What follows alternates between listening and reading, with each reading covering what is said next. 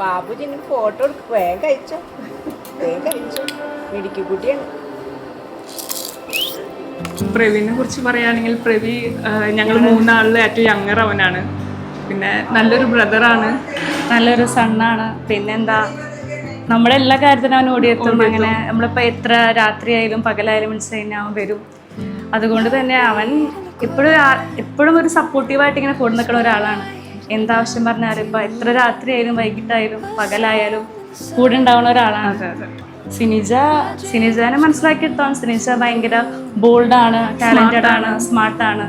അപ്പോൾ ഒരു റെസ്പോൺസിബിലിറ്റിയുടെ കാര്യം വരാണെങ്കിൽ അവൾ എന്തായാലും ഒരു സക്സസ്ഫുൾ ആയിരിക്കും എന്നുള്ള കാര്യത്തിൽ യാതൊരു ഡൗട്ടില്ല.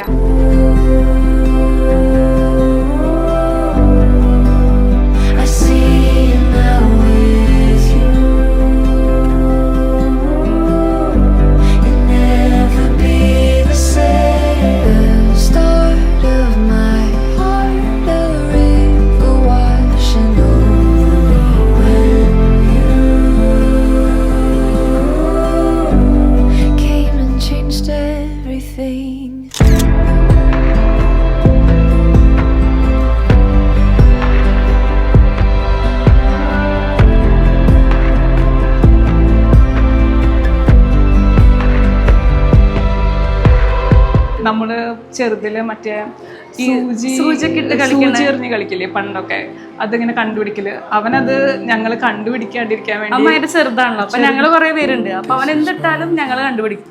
അപ്പൊ അവനിതൊരു വാശിയെ എങ്ങനെയെങ്കിലും കണ്ടുപിടിക്കാണ്ടിരിക്കണം. അവനത് ഒളിപ്പിച്ച സ്ഥലം അവന്റെ മൂക്കിന്റെ അവനത് ഒളിപ്പിച്ചു വെച്ചു. ഞങ്ങള് കുറെ നേരം നോക്കി, കണ്ടില്ല. അവസാനം അവൻ ഞങ്ങൾ തോറ്റു. എൻ്റെ അമ്മ ഞങ്ങൾ ചോദിക്കുന്നുണ്ട് എവിടെയാണെന്ന് ചോദിക്കുന്നുണ്ട്. ഇവൻ പറയണില്ല. അവസാനം മമ്മിയുടെ അടുത്ത് പോയി പറഞ്ഞു, മമ്മി ഞാൻ ജയിച്ചു, ഞാൻ ഈ സൂചി ഒളിപ്പിച്ച സ്ഥലം എവിടെയാണെന്ന് അറിയുമെന്ന് ചോദിച്ചിട്ട് മൂക്കിന്റെ ഉള്ളിൽ കയറ്റി വെച്ചു എന്ന് പറഞ്ഞു. അന്ന് ഞങ്ങൾ കുറെ ടെൻഷൻ അടിച്ചു.